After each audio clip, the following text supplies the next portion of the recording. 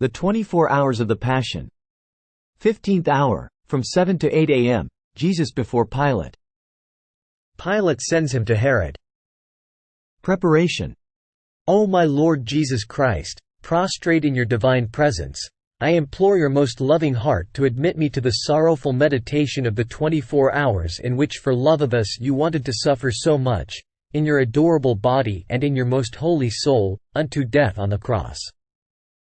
Oh please, give me help, grace, love, deep compassion and understanding of your sufferings, as I now meditate the 15th hour.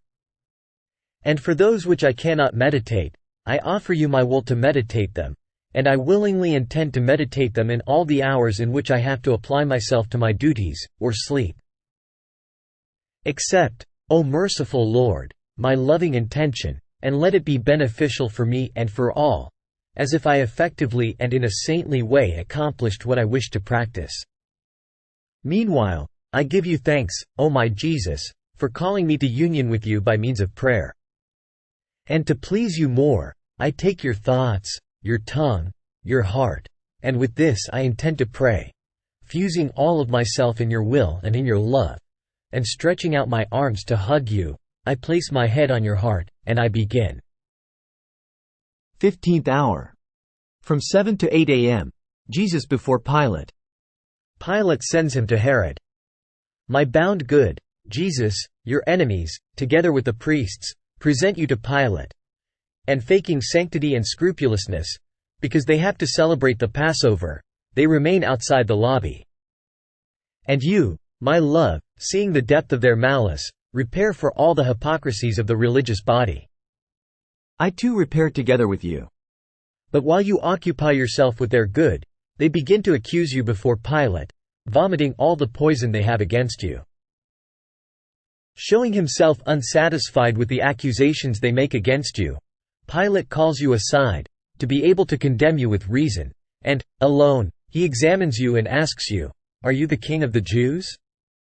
And you, Jesus, my true king, answer, My kingdom is not of this world. Otherwise, thousands of legions of angels would defend me. And Pilate, moved by the sweetness and the dignity of your words, surprised, says to you, So, you are a king? And you say it, I am, and I have come into the world to teach the truth. Without wanting to know anything else, convinced of your innocence, Pilate goes out to the lobby and says, I find no guilt in this man. Enraged, the Jews accuse you of many other things, and you remain silent. You do not defend yourself. You repair for the weaknesses of the judges, when they are faced by the arrogant. You repair for their injustices, and you pray for the innocent, oppressed and abandoned. Then, seeing the fury of your enemies, Pilate sends you to Herod, to get rid of you. Jesus before Herod. My divine king, I want to repeat your prayers and reparations, as I accompany you to Herod. I see that your enemies, enraged, would want to devour you, and they lead you among insults, mockeries and derisions. So, they make you arrive before Herod, who, swelling up, asks you many questions.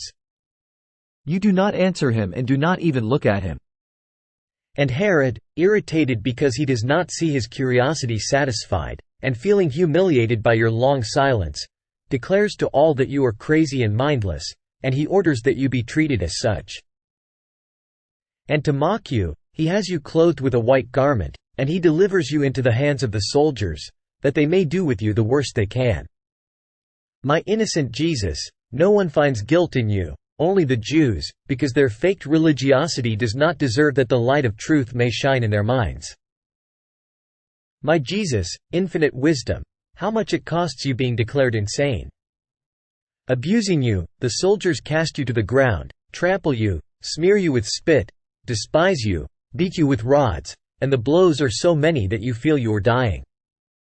The pains, the ignominies, the humiliations they inflict on you, are so great and so many that the angels weep, and cover their faces with their wings in order not to see them. My crazy Jesus, I too want to call you crazy, but crazy with love. And your folly of love is such that, instead of becoming upset, you pray and repair for the ambitions of the kings and of the leaders, who aspire to kingdoms for the ruin of the peoples, for the many slaughters they cause, and the so much blood they cause to be shed for their whims, for the sins committed in the courts, in the palaces, and in the militia. My Jesus, how tender it is to see you pray and repair in the midst of so many outrages. Your voice resounds in my heart, and I follow whatever you do. And now, let me place myself at your side, share in your pains, and console you with my love. Driving the enemies away from you, I take you in my arms to refresh you, and to kiss your forehead. My sweet love, I see that they give you no peace. Herod sends you to Pilate. If coming was painful, going back will be more tragic, because I see that the Jews are more furious than before, and they are determined to make you die at any cost. Therefore, before you leave the palace of Herod, I want to kiss you to prove my love to you, in the midst of so many pains. And you, strengthen me with your kiss and with your blessing, that I may follow you before Pilate. Reflections and practices. Presented to Pilate, in the midst of many insults and scorns, Jesus is always sweet. He disdains no one, and tries to make the light of truth shine in everyone. Do we feel the same with everyone? Do we try to conquer our natural evil if someone does not sympathize with us? In dealing with creatures, do we always try to make Jesus known, and to make the light of truth shine in them? O Jesus, sweet life of mine, place your word on my lips, and let me always speak with your tongue. Clothed as a madman before Herod, Jesus remained silent, suffering unheard of pains. And we, when we are slandered, mocked, insulted or derided, do we think that the Lord wants to give us a divine likeness? In the pains, in the scorns, and in all that our poor heart may feel, do we think that it is Jesus who gives us sorrow with his touch, who transforms us into himself with his touch, and gives us his likeness? And as suffering returns to us, do we think that Jesus, in looking at us, is not satisfied with us, and therefore gives us another squeeze in order to render us completely like him? Following the example of Jesus, can we say that we have dominion over ourselves, and that, in adversities, we prefer to remain silent instead of answering? Do we ever let ourselves be overcome by curiosity? In every pain that we may suffer, we must place the intention that it be a life which we give to Jesus in order to plead for souls. Placing souls in the will of God, our pain becomes a circle, in which we enclose God and the souls in order to join them to Jesus. My love and my all, you alone, take dominion over this heart of mine and keep it in your hands, so that in any encounter I may copy within me your infinite patience. Thanksgiving. My lovable Jesus, you have called me in this hour of your passion to keep you company, and I have come. I seem to hear you praying, repairing and suffering, in anguish and sorrow, pleading for the salvation of souls in the most touching and eloquent voices. I tried to follow you in everything, and now, having to leave you for my usual occupations, I feel the duty to say to you, thank you, and I bless you. Yes, O Jesus, I repeat to you, thank you, thousands and thousands of times, and I bless you, for all that you have done and suffered for me and for all. I thank you and I bless you for every drop of blood you shed, for every breath, for every heartbeat, for every step, word, glance, bitterness and offense which you endured.